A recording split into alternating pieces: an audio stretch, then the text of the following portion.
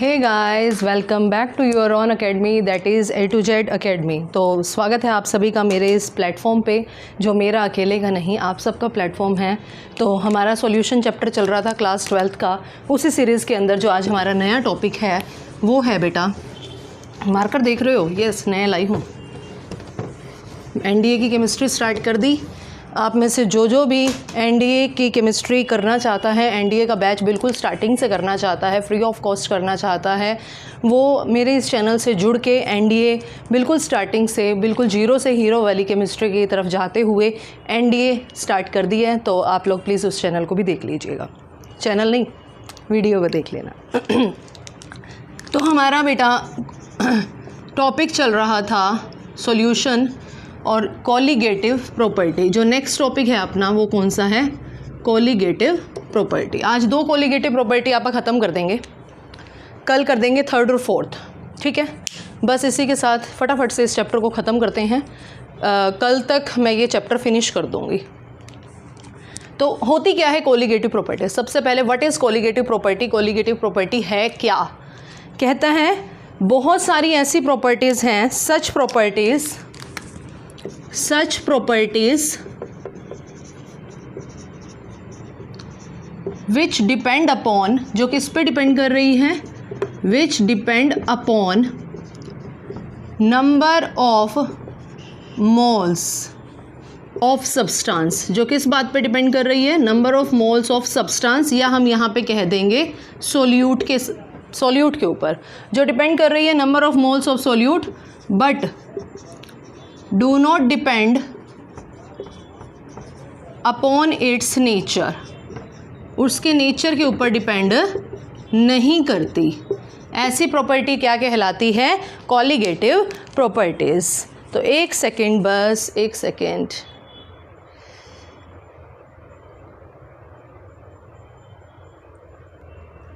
तो ऐसी प्रॉपर्टीज़ जो किस पे डिपेंड कर रही है? नंबर ऑफ मोल्स पे। अब नंबर ऑफ मोल्स क्या भला होती है भाई? क्या चीज़ है ये number of moles? Number of moles आपको पता ही है, N से डिफाइन करते हैं। किसके नंबर ऑफ मोल की आप यहाँ पे बात कर रहे हैं? सोल्यूट के नंबर ऑफ मोल की बात कर रहे हैं। इसका मतलब ऐसी प्रॉपर्टीज़ जो डिपेंड कर रही है किस पे? Number of moles. किसके नंबर ऑफ मोल्स? B के नंबर ऑफ मोल्स पे, directly proportional to NB, and do not depend upon its. उसको कोई मतलब नहीं है उसका नेचर कैसा है, सॉलिड है, लिक्विड है, गैस है, वोलेटाइल है, नॉन वोलेटाइल है, इलेक्ट्रोलाइट है, साल्ट है, वट एवर इट इज़, कुछ भी है, कोई लेना देना नहीं है। बस उसको इस चीज़ से मतलब है कि क्या colligative property number of mole पे डिपेंड कर रही है। अगर वो उसके ऊपर डिपेंड कर रही है तब ऐसी प्रॉपर्टीज़ क्या कहलाती हैं? Such properties are called colligative properties. Very important topic, और हमारा पेपर में बोर्ड एग्ज़ाम में इस टॉपिक से श्योर है एक क्वेश्चन आना, 100% श्योर है, कोई पेपर बन ही नहीं सकता इसके बिना। हाँ जी, फटाफट से स्क्रीनशॉट। तो कितनी कोलिगेटिव प्रॉपर्टीज़ हैं हमारे सिलेबस में? 4 कोलिगेटिव प्रॉपर्टीज़ हैं। चारों को एक एक करके डिस्कस कर लेते हैं। सबसे पहले है आपके पास relative lowering in vapour pressure. Relative lowering in vapour pressure, जिसको शॉर्ट में कह दिया जाता है RLVP। Relative lowering in vapour pressure, RLVP। Second one है हमारे पास elevation in boiling point, boiling point. Third one है depression in freezing point, depression in freezing point. And fourth one is osmotic pressure. Depression in freezing point को delta TF से denote करते हैं, elevation को delta TB से denote करते हैं, osmotic pressure को पाई से डिनोट किया जाता है। ये 4 प्रॉपर्टीज़ हैं। इसमें से आज हम फर्स्ट और फोर्थ प्रॉपर्टी को कर डालेंगे। सेकंड और थर्ड सिमिलर है, एक जैसी है, इसलिए इसको कल करेंगे एक लेक्चर के अंदर। तो सबसे पहले आज मैं स्टार्ट करने जा रही हूँ relative lowering in vapour pressure. बहुत आसान है, पिछली क्लास में हमने किया भी था और मैंने ये कहा था कि ये RLVP कहलाती है, और जब ये आएगी तब मैं फटाफट से बता दूंगी। RLVP क्या है? Relative lowering in vapour pressure के अंदर क्या है? देखो चारों की चारों में से 3 प्रॉपर्टीज ऐसी हैं जिसके अंदर एक लाइन फिक्स है, क्या? If a non volatile solute is added. एक लाइन बना रही हूँ मैं, if a non volatile solute is added in a solvent. हमने क्या कर दिया, एक सॉल्वेंट के अंदर सोल्यूट ऐड कर रहे हैं। लो जी, ये सॉल्वेंट है, सॉल्वेंट के अंदर जो आपने सोल्यूट ऐड करा, ये सोल्यूट कैसा है? ये सोल्यूट नॉन वॉलेटाइल है। अगर ये सोल्यूट आपका नॉन वॉलेटाइल है, इट मीन्स याद करो नॉन वॉलेटाइल की क्या खास बात थी? इट मीन्स देयर कॉन्ट्रीब्यूशन किसके प्रति? Towards vapour pressure is 0। Point to be noted, सबसे इंपॉर्टेंट पॉइंट यही है। अगर वो नॉन वॉलेटाइल सोल्यूट है तो उसका वेपर प्रेशर कितना होगा? 0। It means PS is equals to PA plus PB तो होता है, तो अब PB आपका कितना हो गया? 0। तो PS is equals to PA हो गया ओनली। यस जी, हो गया मैडम, बहुत अच्छे से हो गया। और रोल्ड्स लॉ क्या कहता है? According to Raoult's law PA is equals to PA naught xi A होता है। ठीक है जी, होता है। इस वैल्यू को बेटा इसके अंदर पुट कर दो। ठीक है मैम, कर देते हैं। PS is equals to PA naught xi A कर दिया जी। ठीक है, अब आपको पता है ज़ाई A प्लस ज़ाई B कितना होता है बेटा? 1 होता है। तो क्या आप ज़ाई A को 1 माइनस ज़ाई B नहीं लिख सकते? यस मैम, लिख सकते हैं, तो लिख डालो। लो जी, हमने लिख दिया ज़ाई A को 1 minus xi B, PA naught 1 minus xi B। ठीक है, अब इस ब्रैकेट को खोल दो, PA naught minus PA naught xi B। ठीक है, यहाँ क्या हो गया? PS। ये वाली टर्म इधर ले आओ, माइनस वाली टर्म इधर आ गई, PA naught xi B। PA naught ये इधर चला गया, PS। तो ज़ाई B किसके इक्वल रह गया? PA naught minus PS upon में PA नोट। मैंने पिछली लेक्चर के अंदर ये बात बताई थी कि इसे ही, अब इसको मैं यहाँ पे लिख रही हूँ ऊपर, ज़ाई B is equals to PA naught minus PS upon में PA नोट। अब यहाँ पे देखो, इसका नाम रिलेटिव लॉवरिंग क्या पड़ा? देखो, रिलेटिव का मतलब कुछ रिलेट कर रहे हैं, कोई रेशो की बात हो रही है।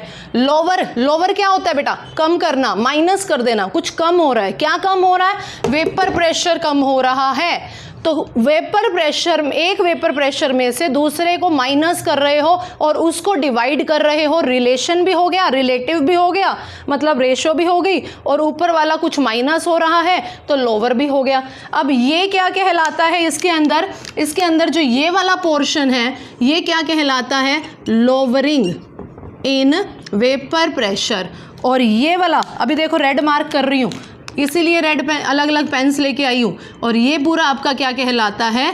Relative lowering in vapour pressure, वो कहलाता है लोअरिंग, और ये कहलाता है relative lowering in vapour pressure.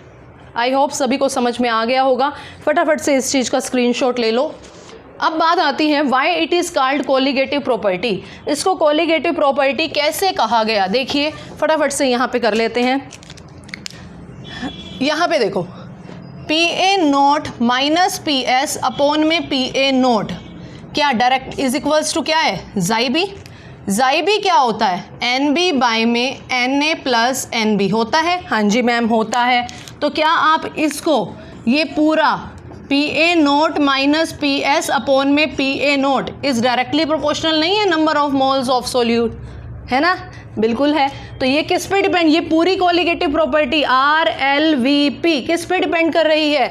Number of moles of solute पे। किस बात पे डिपेंड कर रही है? नंबर ऑफ मोल्स पे। और डिपेंड किस पे नहीं कर रही? किस पे डिपेंड नहीं कर रही? उसके नेचर से उसको कोई भी लेना देना नहीं है। तो जब colligative property number of moles पे डिपेंड करे, ऐसी प्रॉपर्टी क्या कहलाती है?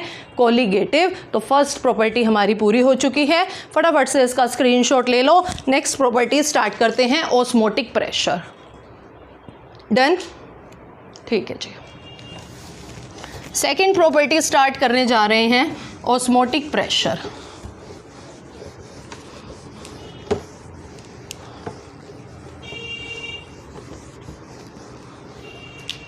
Second property osmotic pressure, osmotic pressure. Third और फोर्थ कल करवा दूंगी। ऑस्मोटिक प्रेशर किससे डिनोट करी जाती है? बाय द सिंबल पाई। क्या होता है ऑस्मोटिक प्रेशर? समझो पहले, एक कंटेनर लिया आपने, इस कंटेनर के अंदर एक मेम्ब्रेन लगाई है। ये मेम्ब्रेन किस चीज़ की है अभी देख लेते हैं। ये मेम्ब्रेन है semi permeable membrane, semi permeable membrane. ठीक है जी। इसके अंदर मैडम हमने पार्टिकल्स डाल दिए। देखें कौन से पार्टिकल्स हैं। यहाँ पे जो पार्टिकल्स हैं वो तो हैं आपके किसके? सॉल्वेंट के। और यहाँ पे जो पार्टिकल्स हैं ये किस साइड के हैं? सॉलिड प्लस सॉल्वेंट मतलब सॉल्यूशन के। अब क्या हो रहा है? पार्टिकल्स, अच्छा एक बात और यहाँ पे बता रही हूँ, जो सॉल्वेंट है उसके पार्टिकल्स की कंसंट्रेशन लो है और जो सॉल्यूशन है इसके पार्टिकल्स की कंसंट्रेशन क्या है? हाई कंसंट्रेशन है। डन। अब एक इसको बताने से पहले अब ये जो प्रोसेस करवाने जा रही हूँ इस प्रोसेस का नाम है ऑस्मोसिस। ऑस्मोसिस को बताने से पहले बेटा मैं एक बात करूँगी, क्या आप लोगों में से किसी को डिफ्यूज़न पता है? बहुत बच्चों को पता होगा, बहुत बच्चों को नहीं पता। अगर नहीं पता तो सुनिए डिफ्यूज़न क्या होता है। आपने घरों में देखा होगा, मंदिर में देखा होगा कि हम लोग अगरबत्ती जलाते हैं, हिंदू धर्म में या वैसे भी वटएवर सबके घर में अगरबत्ती जलती है। जब आप अगरबत्ती जलाते हो, मान लो आपने अगरबत्ती जला के इस कोने के अंदर रख दी और इस कोने के अंदर यहाँ पे कंसंट्रेशन उसकी बहुत हाई होगी, मतलब उसकी जो फ्रेगरेंस है वो इस एरिया के अंदर मैंने यहाँ पे कोने में लगा दी तो इस एरिया के अंदर बहुत हाई होगी एज कंपैरिजन टू पीछे वाला वो सारा रूम का एरिया। तो हाई जो फ्रेगरेंस है आप देखोगे धीरे धीरे धीरे धीरे पूरे रूम के अंदर वो क्या होती चली जा रही है? स्प्रेड होती चली जा रही है। यहाँ पे कंसंट्रेशन क्या थी? हाई। यहाँ पे कंसंट्रेशन क्या थी? लो। ये प्रोसेस जब मूवमेंट होती है पार्टिकल्स की हाई कंसंट्रेशन से लो कंसंट्रेशन की तरफ, तो जब हाई कंसंट्रेशन से लो कंसंट्रेशन की तरफ पार्टिकल्स मूव करते हैं, ऐसी प्रोसेस क्या कहलाती है? डिफ्यूज़न। नोट कर लेना इस बात को कि डिफ्यूज़न जो है वो अपोजिट होती है, वैसे देखा जाए तो अपोजिट ऑफ ऑस्मोसिस, ऑस्मोसिस के उल्टी होती है। अब ऑस्मोसिस क्या है? ऑस्मोसिस कहता है it is a flow, it is a flow of solvent particles, solvent particles का फ्लो। अब सॉल्वेंट पार्टिकल्स में क्या है? लो कंसंट्रेशन है। Flow of solvent particle through the किसके थ्रू? Through the semi permeable membrane. बीच में कौन आ गई? Semi permeable. Semi permeable membrane का कोई एग्जाम्पल दे सकते हो आप? ये हमारी स्किन, हमारे हाथ की जो स्किन है ये किसका काम करती है? एनिमल स्किन, वेजिटेबल का छिलका, वो सब क्या होता है? Semi permeable membrane. तो क्या हो रहा है? सॉल्वेंट पार्टिकल्स जा रहे हैं कहाँ से? सेमी परमिएबल मेम्ब्रेन के through the semi permeable membrane to the solution side. किस तरफ जा रहे हैं? सॉल्यूशन साइड की तरफ। अब एक बात नोट करो, जो ये सॉल्वेंट पार्टिकल हैं इसकी कंसंट्रेशन क्या है? Low concentration. और जो सॉल्यूशन साइड के पार्टिकल हैं इसकी कंसंट्रेशन क्या है? High concentration. तो इट मीन्स जो पार्टिकल्स जिसकी कहाँ से कहाँ की तरफ मूव कर रहे हैं, ये पार्टिकल्स मूव कर रहे हैं लो कंसंट्रेशन से हाई कंसंट्रेशन की तरफ। तो पार्टिकल्स कहाँ से कहाँ ट्रेवल कर रहे हैं? From low concentration to high concentration की तरफ। तो ये भी डेफिनेशन बन सकती है, the phenomena of flow of solvent particles from low concentration to high concentration. ये फिनोमिना आपका क्या कहलाता है? ऑस्मोसिस। समझ गए मेरी बात? ठीक है। जैसे मैंने कहा कुछ ट्रेवल कर रहा है, कोई पार्टिकल्स ट्रेवल कर रहे हैं सॉल्वेंट से सॉल्यूशन की तरफ। यहाँ पे लो कंसंट्रेशन थी, यहाँ पे हाई कंसंट्रेशन है। तो इस फ्लो को ज़रा यहाँ पे दिखा देते हैं। ऐसे पार्टिकल्स ट्रेवल कर रहे हैं, किसके थ्रू ट्रेवल कर रहे हैं? सेमी परमिएबल मेम्ब्रेन के थ्रू ट्रेवल कर रहे हैं। ठीक है। आई होप सभी को ये डेफिनेशन समझ में आ गई होगी। अब करते हैं ऑस्मोटिक प्रेशर क्या चीज़ है। ऑस्मोसिस तो समझ में आ गया, अब बात आती है ऑस्मोटिक प्रेशर क्या है। ऑस्मोटिक प्रेशर कहता है इस प्रेशर जो ये फ्लो हो रहा है ना, कहाँ से कहाँ हो रहा है? सॉल्वेंट का सॉल्यूशन की साइड हो रहा है। कहता है इस फ्लो को रोकना है, मान लो कोई पानी आ रहा है आपके पास, आपने उस पानी को, आते हुए पानी को रोकना है। आप वाइपर लेके खड़े नहीं हो जाते, वाइपर लेके खड़े हो गए, या आपने रास्ते में कुछ लगा दिया, तो आपने क्या कर दिया, प्रेशर लगा दिया, ठीक है। तो इस मूवमेंट को होने से रोकने के लिए ये एक प्रेशर लगा दिया, एक ऑब्स्टेकल लगा दिया। ये जो प्रेशर लगाया है, ये ही प्रेशर क्या कहलाता है, ऑस्मोटिक प्रेशर। किससे डिनोट किया जाता है, पाई से। It is the pressure applied, या अप्लाइड प्रेशर, प्रेशर अप्लाइड कहाँ पे, to the solution side, solution की साइड पे, in order to stop the flow.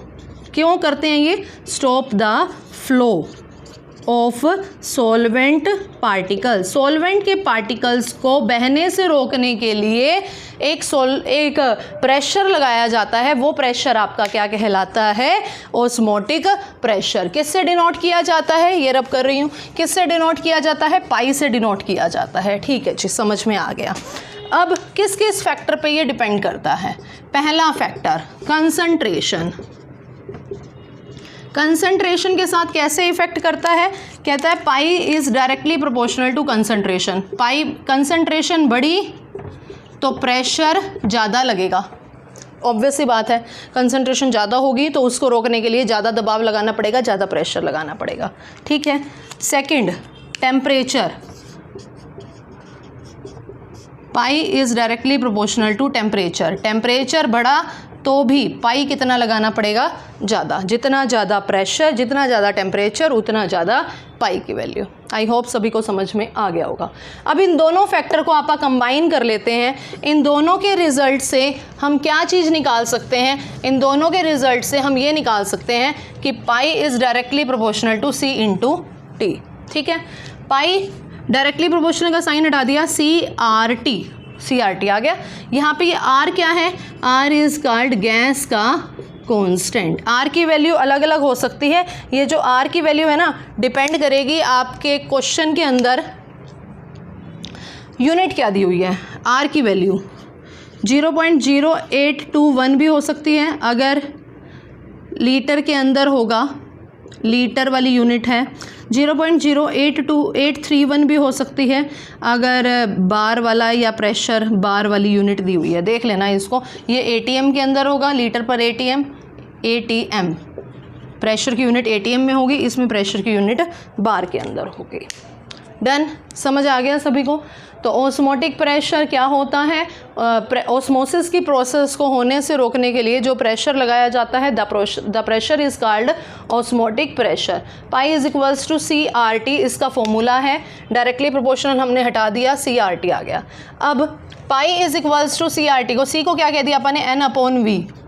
यहाँ से मुझे पता लग रहा है pi is directly proportional to N, N of B. N क्या है, नंबर ऑफ मोल्स। आ गई वही बात, why it is called colligative property. इसको कोलिगेटिव प्रॉपर्टी क्यों कहा, because it is directly proportional to the number of moles of solute and do not depend upon its nature. इसको कोई मतलब नहीं है नेचर कैसा है, किस बात पे डिपेंड कर रहा है, सिर्फ और सिर्फ उसके नंबर ऑफ मोल्स पे। कोई डाउट? आई थिंक सभी को क्लियर हो गया होगा। ये है हमारी सेकंड प्रॉपर्टी। अब इसके अंदर कुछ एक डेफिनेशंस हैं, उसको भी एक बार फटाफट से स्क्रीनशॉट ले लीजिए, उसको भी एक बार क्लियर कर लेते हैं। एक डेफिनेशन आती है, छोटी छोटी सी 3-4 डेफिनेशन है।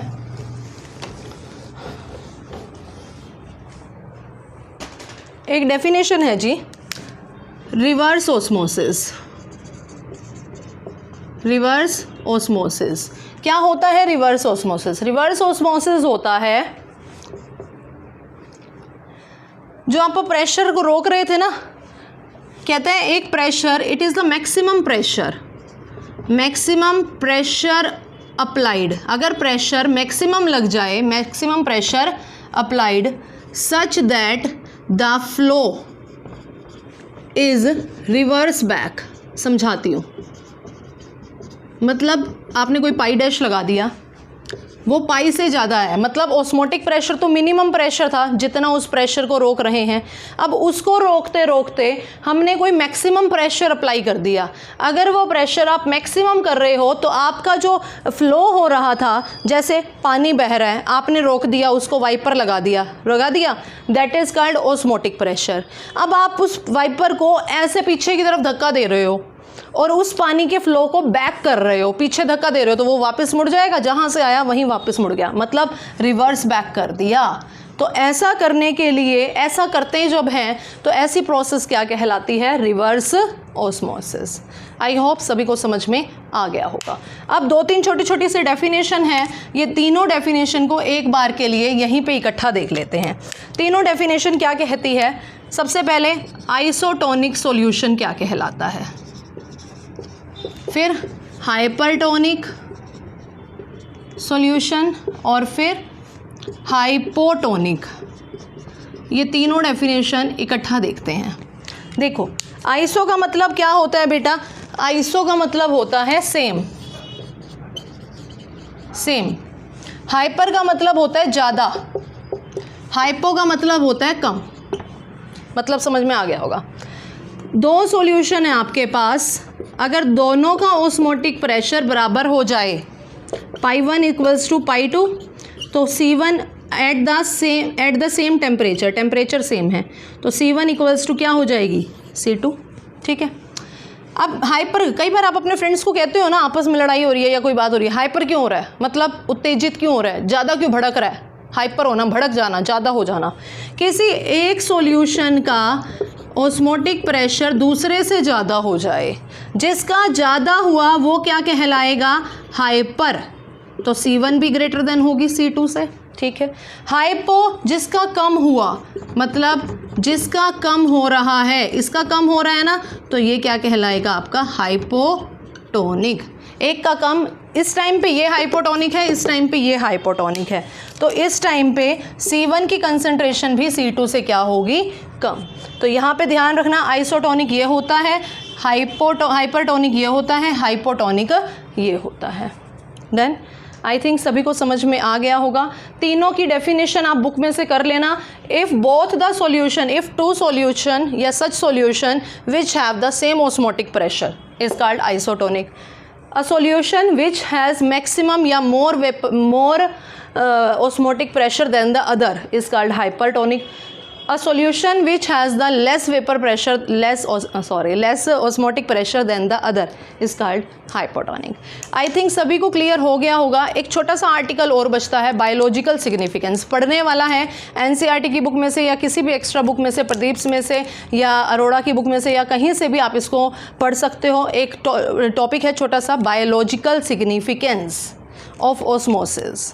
ठीक है, हमारी डेली लाइफ में कैसे यूज़ हो रहा है। तो आई थिंक सभी को समझ में आ गया होगा। आज की क्लास आप लोगों को कैसी लगी, कमेंट सेक्शन के अंदर कमेंट करके ज़रूर बताइएगा। जैसे कि मैंने पहले भी कहा, जो बच्चे लाइक करते हैं और जो बच्चे कमेंट करते हैं वो मुझे बहुत ही प्यारे लगते हैं। और इसी के साथ क्लास को ख़त्म करते हैं। और ठीक है जी, ओके, बाय बाय।